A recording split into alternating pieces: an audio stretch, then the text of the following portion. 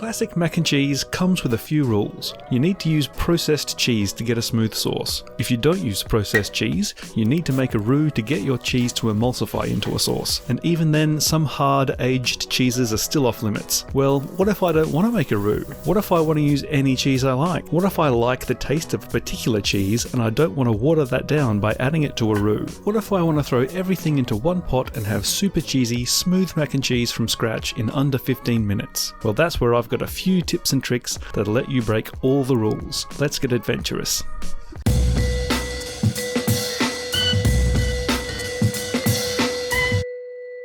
I'm going to make mac and cheese with 4 different types of cheese, each one with an increasing level of difficulty, and show you how you can break the rules to make them work. So, rule number 1, you need to use processed cheese. Processed cheese is made from blending other cheeses together with some emulsifiers, and it's these emulsifiers that help to make it so smooth and shiny and melt so well with other cheeses. That's what makes it work really well in mac and cheese. For my first mac and cheese, I'm stepping up the cheese game with a nice smoked Gouda. Now, while this is definitely a little bit fancier than regular processed cheese, if we look at the label a little bit closer, yeah, that's actually still a processed cheese. And if we flip this over to look at the ingredients, we'll see that it contains some emulsifiers. So this shouldn't be too hard to melt into a nice creamy sauce. So if we're not breaking rule number 1 just yet, what rule are we breaking? Well, let's start with the pasta. Ordinarily, you'd take a large volume of salted water and add your pasta to it. I'm flipping this on its head by adding my pasta straight to the pot and then pouring in a relatively small volume of already boiling water. In fact, this water doesn't even need to be boiling. You can throw it in cold and it'll still work just fine and probably won't take any longer. There's multiple advantages to doing it this way. For a start, you don't need to wait for a large volume of water to boil first. You're working with a much smaller volume which will boil a lot quicker. Secondly, pasta doesn't actually need to be boiling to cook. It starts cooking at around 82 degrees Celsius. So as soon as it hits that temp, it'll start cooking even before it's boiled. So by the time it's boiling, it's already partially cooked. The next benefit is that it takes a lot less salt to season the water. Salting a large volume of water actually takes quite a lot of salt for it to make any difference. Using significantly less water means using significantly less salt. And lastly, extra starchy pasta water. Starchy pasta water is really great for emulsifying sauces, which is exactly what we're going to do here. So having those starches concentrated in a smaller volume of water is really beneficial. Ethan Chbosky has a really good detailed video on this technique, which I'll link to in the description. I'd highly recommend checking it out.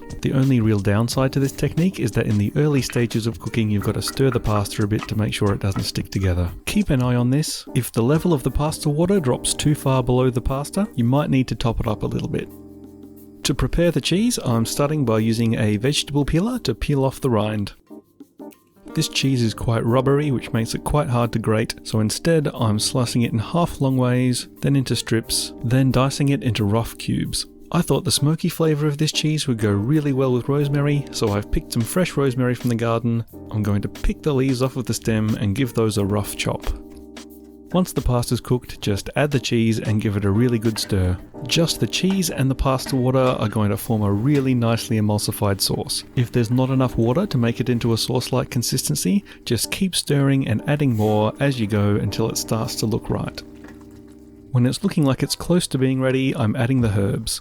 And again, just adding more water as needed so that it comes together like a nice creamy sauce. And I think you'll find that just the emulsifiers from this cheese and the starches in that extra starchy pasta water have been enough to make a nice, smooth and creamy sauce. Super quick, no need for any extra steps. Smooth and creamy, cheesy and smoky, with a nice hint of herbs. A fantastic late night snack. Now let's get back to breaking those rules. First up, the need to make a roux. A roux is basically flour that's been cooked out in butter and then had milk added to it to make a thickened sauce. When you add cheese to this sauce, the thickness has the added benefit of helping to emulsify the cheese into the sauce. This is most useful when you're using unprocessed cheese that doesn't have any emulsifiers in it. As an experiment, let's make a mac and cheese using the technique that I just demonstrated, but instead we'll use a non-processed cheese. As the cheese starts to melt, it begins blending in with the starchy pasta water, but then the fats start to separate from the milk solids. It gets a bit slimy in some spots, grainy in other spots, and it doesn't quite all mix in and it stays a little bit lumpy. This is very much pasta that has melted cheese in it, not pasta with sauce. So while technically it is macaroni and cheese, it's not mac and cheese the way that we know it.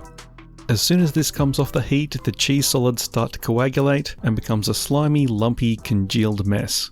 The more the temperature drops, the more everything clumps together. It does taste like macaroni and cheese, but the texture is really quite unpleasant. So without a roux to emulsify the sauce, and without emulsifiers in the cheese to emulsify the sauce, how do we emulsify the sauce? Well, we add emulsifiers. Typically, sodium citrate. Now you might be thinking, ooh, I don't know, sodium citrate, that sounds a bit chemically and weird, but it's actually a really common ingredient and you probably eat it in foods all of the time. In fact, if we look back at the processed cheese we had earlier, that bad boy right there, that's sodium citrate. And also this guy right here. Perfectly safe and used in a really wide range of foods. But it's not very commonly found in supermarkets. You can absolutely buy it online, but it's really easy to make at home from common ingredients that are readily available in supermarkets and may already be in your kitchen cupboard. These are citric acid, that's the acid that's present in citrus fruit and gives them that pleasant tart flavour, and sodium bicarbonate. That's baking soda, not baking powder.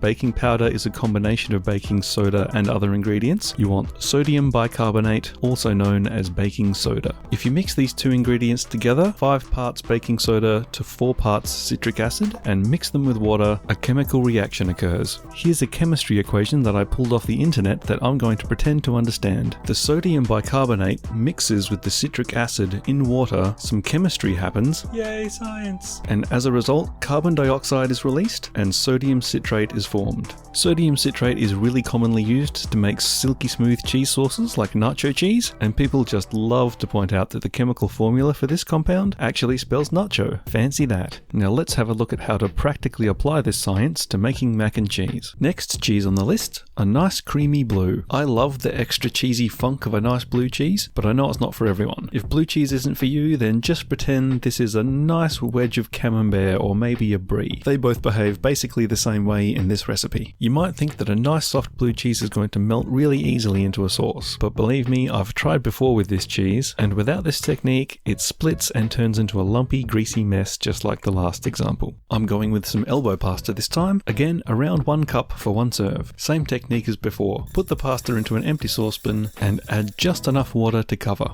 You're going to want to measure this on some fairly sensitive scales to make sure that your quantities are fairly precise. Say hello, Mr. Scales. Hello. I find for this amount of pasta, with about 80 to 100 grams of cheese, 3 grams of sodium bicarbonate and 2.4 grams of citric acid is about right. Now we're going to add both of these ingredients to the pasta water and watch the reaction occur. As you can see, it fizzes up while it releases carbon dioxide and produces the sodium citrate. If you've ever made a lemon volcano as a child's science experiment, this is the exact same chemical reaction. Yay, science! And also please hit the like button and consider subscribing.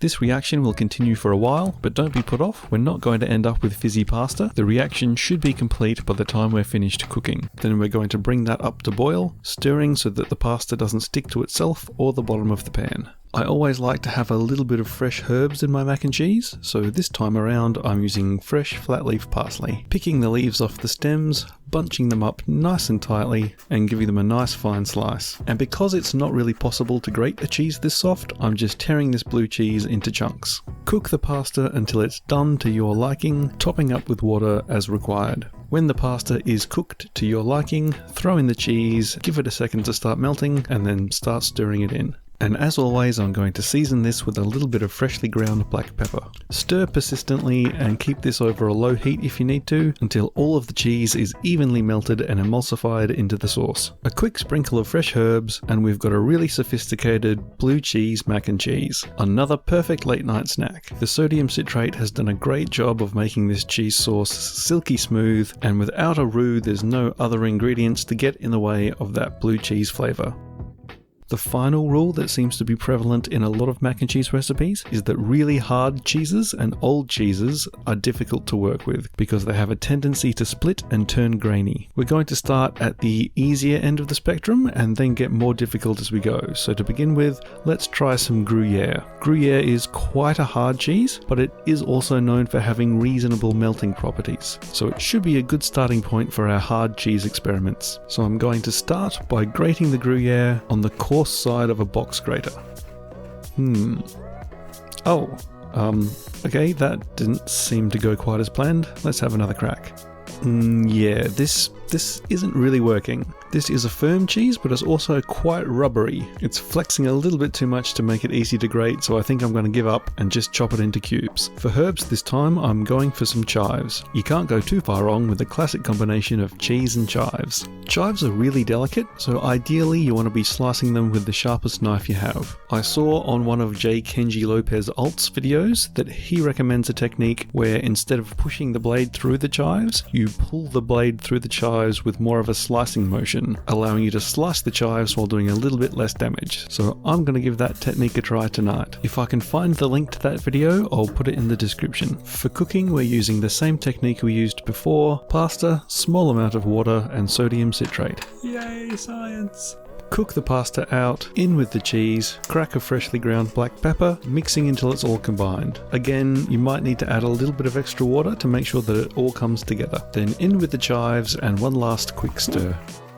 And that's another absolutely cracking late night snack. Silky smooth sauce, beautiful nutty taste from the Gruyere, and elevated slightly by the addition of pepper and fresh chives. I have noticed one thing about each of these mac and cheeses so far, and that's that while they do absolutely taste exactly like the cheese that's been used, because after all that was entirely the point, they are a little bit one-dimensional. Yes, this does taste like beautiful cheese, and yes, the herbs and the pepper do add a little bit to it, but I think it could have a touch more complexity. I might try and rectify this with my next experiment.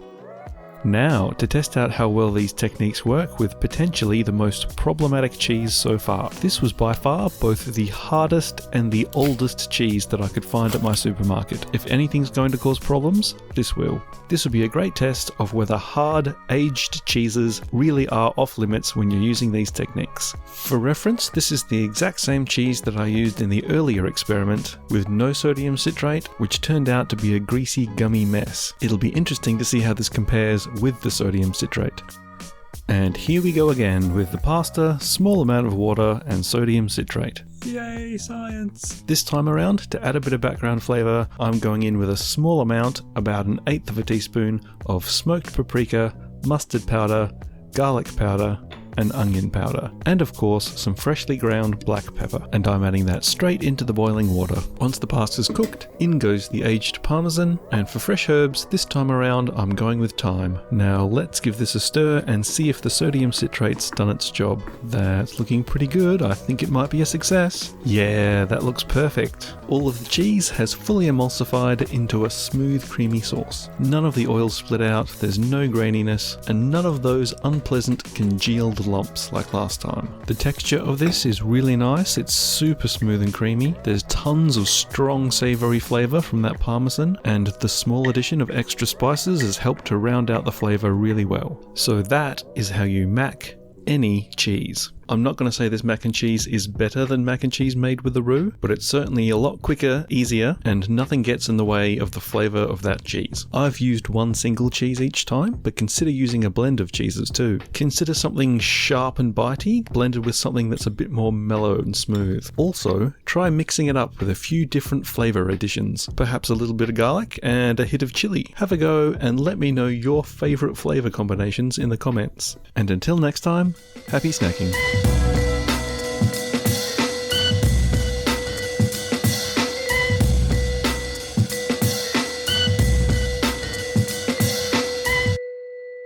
Yay, science!